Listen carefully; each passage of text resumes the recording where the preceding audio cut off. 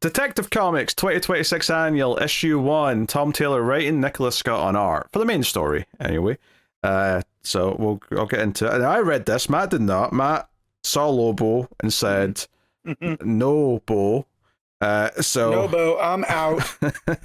So I'm looking at the League of Comic Geeks on here, and maybe I should have read this, because there's a Dave WIELGOSZ story in here. Yes, and I like him. That's He the wrote backup, Man Bat, and I quite like him. He's primarily an editor for Batman. Like they call him the encyclopedia when it comes to Batman.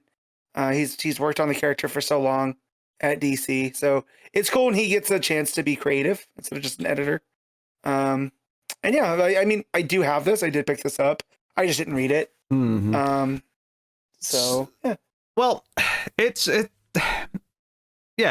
some interesting bits to this, right? So it starts off, Batman's having some tea, and he's basically quoting Alfred as he pours it. He's like, oh, we're pouring it in a cup, not a mug, with a little plate, because we're not animals. Like, that's something that Alfred used to say, because he was very passionate about his tea drinking, because he's stereotypically English, as you might say. But so this does have some hallmarks of these one-shot annuals that kind of bug me, which is that literally at the end of the first page, a swoosh happens and Lobo's shown up because he's here to collect a bounty on Batman. And like, we have to deal with that. And it's I always feel like some of these stories, it's like there's not a natural like beginning to it. It's just kind of like something shows up and the story starts, and it feels a little bit abrupt. I think comics can be guilty of this sometimes, where it just kind of feels like instead of like a natural beginning, and how I define what a natural beginning is, it's kind of tough to say. It's kind of, it when you see it, right? And this just kind of feels like, something showed up because it's time for a one shot, and that's basically it. What this actually is, though, is that Lobo ends up taking Batman to space because Batman says, hey, I'll pay you to help find out who actually murdered this king on this other planet. And they think it's Batman because a batarang was left in the victim's body, even though we all know Batman doesn't kill. And even if he did kill, why would he be killing this random king on this random planet? It makes no goddamn sense. Right. So, I mean, the last time he went out into space, it was an off-world, right? And it wasn't even... He was in the far reaches. Past even Lobo's realm, I would say. So, Batman makes Lobo swallow something in like the little scuffle that happens, and Lobo's like, what did you just make me eat? What did the main man just swallow? And Batman's like, oh, it's something I worked on with the Atom. It's like something that bursts into a little like a bundle of miniature suns, and it'll burn you from the inside. See, here's the thing, I don't kill ever, but you can't be killed, so I have the unique, opportunity with you to not hold back. I can be as violent as I want with you, Lobo, and I don't have to feel bad about it, is basically what he tells. And he basically says, hey, I've got this clicker here, and if I don't click it, I'll only read my thumb, the suns will keep just spawning, and you'll always be in pain, and the rhythm of the clicking changes as well, so you can't just steal my thumb. And I'm like, alright, this is a lot of explanations to get to this. Now, to be fair, I actually love something Taylor did here. It's revealed later in the issue, Batman is lying his ass off here. He basically reveals this is a garage door button. You didn't, like, all you swallowed was air freshener. Like, you didn't swallow any suns. He basically just bluffed his way into Lobo thinking that he'd be Tom Taylor. Yeah, in like immense pain if Batman didn't keep pressing this button. So I actually, like, in the moment, I thought, oh, this is absurd, everything he's describing. But when it turned out all to be a lie, I was like, you know what, that was funny. Fair play. Yeah. I do love when Tom Taylor does stuff like that, where he's setting you up to be like, you're better than that at crafting a story, and then you get to the turn, and you're like, oh, of course, Batman would never do this. So it's funny though, because the thing that he's describing feels like something that Scott Snyder would actually write for real, which is the funny part of it. But anyway, they go to space, and there's like a president of this planet where the king was killed, and it's like, oh, is he the prime suspect? Let's go investigate the body. And there's basically like a turn here what the issue actually is. It's not really that much of an investigation. Yeah, this president dude did kill this alien king, but it's quickly revealed Batman checks the body, and it turns out the president, or the king, sorry, had a Black Mercy on it, right? It sees the wounds of a Black Mercy. And Lobo says, oh, that sounds like fun. I always wanted to try a Black Mercy. And Batman's like, no, you wouldn't, Lobo. Don't be an idiot. But the president shows up with a Black Mercy, and they get sideswiped. And smash cut, Batman's waking up as Bruce Wayne in his mansion. He's married to Selina. They've got a daughter named Helena. Damien's still there and has a little rivalry with his younger sister. The Waynes show up at the front door. Alfred's still alive. Like, it's like somehow he's Batman, but the Waynes are still around. But, that doesn't have to make sense. It's Black Mercy, right? It's like, hey, it's the perfect life. It's giving him what he wants. Yeah, everything that he wants, right? And him and Selina are being flirty as Batman and Catwoman. Gordon even knows that he's Bruce because he says, don't worry, there's nothing for you to do tonight, Batman. Nightwing and Batgirl are out already dealing with everything. Our kids are doing what they always intend to do, Bruce. And it's like, oh, this is just so happy. And there's even a bit actually where the Waynes have taken Damien and Helena, which is what the daughter's called, just in case anyone didn't get that. And which is obviously based on Earth 2 and stuff. It doesn't matter. Anyway, if you know why she's called Helena, right? But they're leaving the theater. They went to the movies together to see Zorro. And they go into an alley, and there's a shadowy figure reaching into his coat. But it turns out he's just catching up with them because Helena left her little stuffed Cobblepot penguin inside the movie theater. And they're like, oh, thank you very much, kind stranger. It's like, thank you kindly. And everyone's happy. I will say, like, obviously this is mostly just having fun with all the things that Bruce would want to be absurdly happy. What I did like about it, though, is how it ends, where he's having tea with Alfred. It calls back to that opening page where they're having tea and like Alfred's saying all this stuff about the tea. We're having it in a cup, not a mug, because we're not animals. All that stuff. It's hot but not scorching with a dash of milk. Blah blah.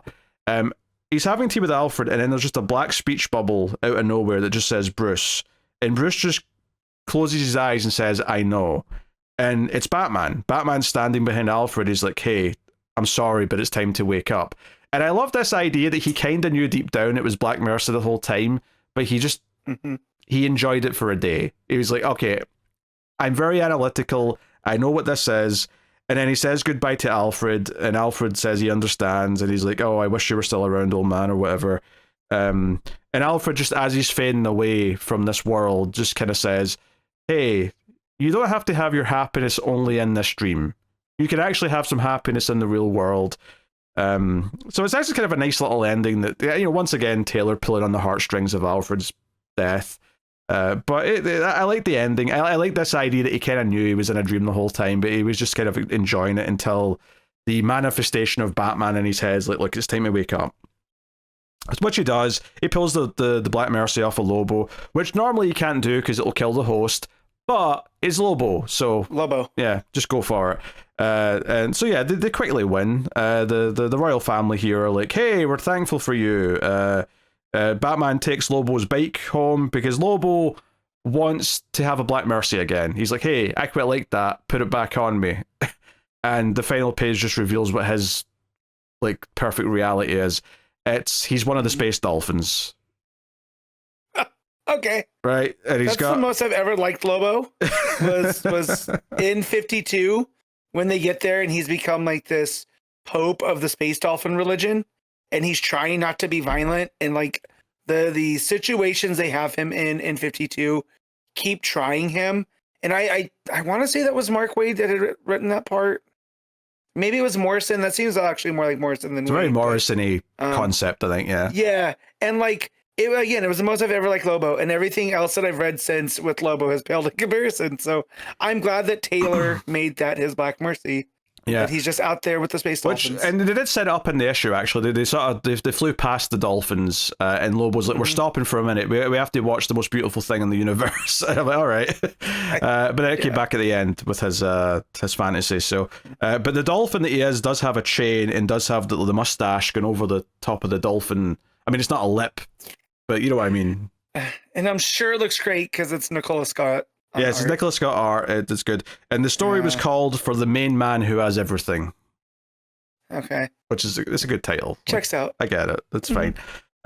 So, I didn't love the story because it is still Lobo, and it still has that we have to just rush into a story because it's like a one-shot type thing. There's an art to doing a good one-shot, and I think sometimes it is just things shows up and stuff starts, and that's what this is. But it did have some good stuff in the fantasy. I like some of those details.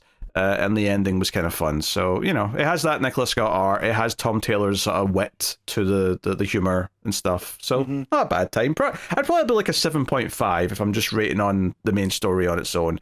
The backup, though, which I wasn't sure what to expect here. I will say on the art in the backup, it immediately made me think it was a period piece, like it was set in like 1930s Gotham. It's not. It's present day Gotham. It's just the art just has kind of an old school looking aesthetic to it. So say that for what you will. But yeah, it's basically all about this street, this building, this like apartment building in a street, Carroll Street, that an old lady rents out to artists for studio space, right? And it's this really good vibes thing where a bunch of artists live there, or not even live there, they just have studios there. And the lobby's used as a sort of gallery to try and sell some of the pieces that the artists make down upstairs. And it feels like it's got good vibes, everyone's friendly, it's a bit of a community, and it's a really kind of like nice part of Gotham that's kept this creativity alive and this good spirits. But it's all about how this mysterious character moves in as a new artist and has immediately kind of a bad kind of mojo about him and starts like being rude to others, drives people out of the building, and over time kind of deteriorates all the atmosphere. And there's like these three main artists that we're kind of quickly introduced to who kind of stick around and try and convince the landlady to like, can we kick him out? And she's like, I'm sorry, but he pays like more than everyone else combined. He's kind of keeping the whole place afloat. We kind of can't get rid of him. And this artist is making like weird, like the one example we get is he's made kind of like a clay little like wild bat like cowl thing, and he's like making like art based on like the violence that Batman does or something to that effect. And it's like, okay, now obviously I said clay there, so you're probably thinking, is this going to be some sort of Clayface thing? It's not that. I actually predicted who this was going to be, right? Because this is a character who turns out to be someone, and the name that he's using does kind of give you a hint, which is why I've not said it yet. But the artist, the mysterious artist who has like a scarf over his face and he's got kind of like an old, like I said, 1930s kind of mad scientist look to him. He goes by the name Mr. Stye. Does that give you a hint as to who it is? Yeah. So basically, this is Professor Pig. And obviously that makes sense because Professor Pig does make the Dolltrons. He does do art things, right? And he's driving everyone out of this building, and one of the artists goes to spy on him to find out what he's doing, and it seems like he's got actual Batman, like he's somehow apprehended Batman in his room, and they all talk to each other and say, hey, do we call the police, do we try and do something? It's like, oh, the police don't like Batman very much these days, like that would, like they probably would just cheer that he's been got by a criminal, so on and so on. So we're going to have to save him. We're going to have to save Batman ourselves. So basically, these three artists like get like some bats and stuff and like rush into like Professor Pig's apartment building. And at this point, he's put on his pig mask. He's actually just being Professor Pig now. And the art's pretty nice here, actually, really spooky. And these three civilians come in with like a bat and like there was one got like a broom or something. It's like a lampshade. Like they've basically just got a bunch of like household tools they're using to try and fight off Professor Pig and get Batman out. And of course, once they get Batman his utility belt, he's able to kind of quickly save the day. And there's a really cool panel of like the shadow of his cowl like going against the wall as Professor Pig looks up kind of bloody and defeated. You know, so it was kind of neat. Honestly, Batman's face, once you get a good look at it, it's got a very kind of almost Batman the Animated Series look to the way he smirks. But he kind of like, you know, thanks the painters.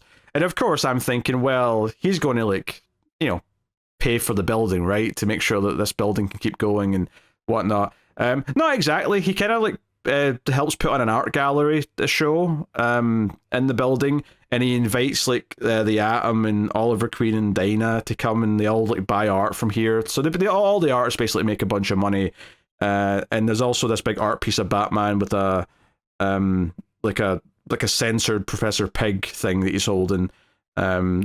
It's just kind of a feel-good little story. I liked it actually quite a bit. It's a little bit wordy, don't get me wrong, right? There's a lot of narration boxes in those first few pages, but I liked it because it was kind of like, no, this is a Batman story from the perspective of a couple of citizens in Gotham and how they end up helping Batman. Which actually made me think of a Batman animated series episode. It made me think of the one where Batman ends up in some kid's basement and the kid has to help protect Batman when he's in there. Made me think of that a little bit. So I like the vibes of it. It was like, you know, fleshing out Gotham a little. And a good part of Gotham, like it's not just another dingy part where there's maybe one person with a heart of gold. No, this is a good place, good people, and they want to try and keep it, and they help fight back Professor Peg, and it turns out they're all pretty pro Batman in the end. Even though they debate kind of in the middle, like, is Batman a good thing for the city? Are we all is he kind of so old news at this point that he's not even that provocative anymore? And then would you believe it, he ends up saving the day with them. So right, it's a very nice story, very very nice special story. So yeah, that was Dave WIELGOSZ and Fran Mariscal on the art, which I left to the end because the credits on the last page. So yeah, no, pleasant backup. I think in some ways it was probably a cooler story than the main one. I mean, the main story popped me a few times with the Taylor stuff. I think the backup was just a cool little, like, if anything, I would have liked the backup to have had a bit more pages to, flesh things out a little, and not because it's about 10 pages long. I think you could have easily done like a 20-page story with this premise, if not even a bit longer, to really flesh it out. But as it is, it's a pretty good backup actually. Which I often feel that backups suffer from what a lot of one-shots suffer from, which is that we have to tell a story that's all self-contained in this many pages. It can often be difficult to make you feel like it was worth anything. I think this succeeded in making me feel like, oh no, this was a cool little story about this art studio in Gotham. Yeah, it makes sense that it's WIELGOSZ too, because that dude, telling those type of real quick stories, I'm sure he gets the getting in, getting out, setting things up real quick. So yeah, helps. So, I mean, as a whole, it probably squeaks the annual up to an 8. I'd probably say if it was just the main story, it'd be like a 7, 7.5. But I think the backup elevates it a bit. Admittedly, it's not part of the ongoing Detective Comics story. It is completely skippable in that sense. You do not need it to complete the ongoing story. So it is completely optional in every way, but if you like the sound of those stories, especially the backup, then it's not a bad one to have. You won't be mad you read it by any stretch.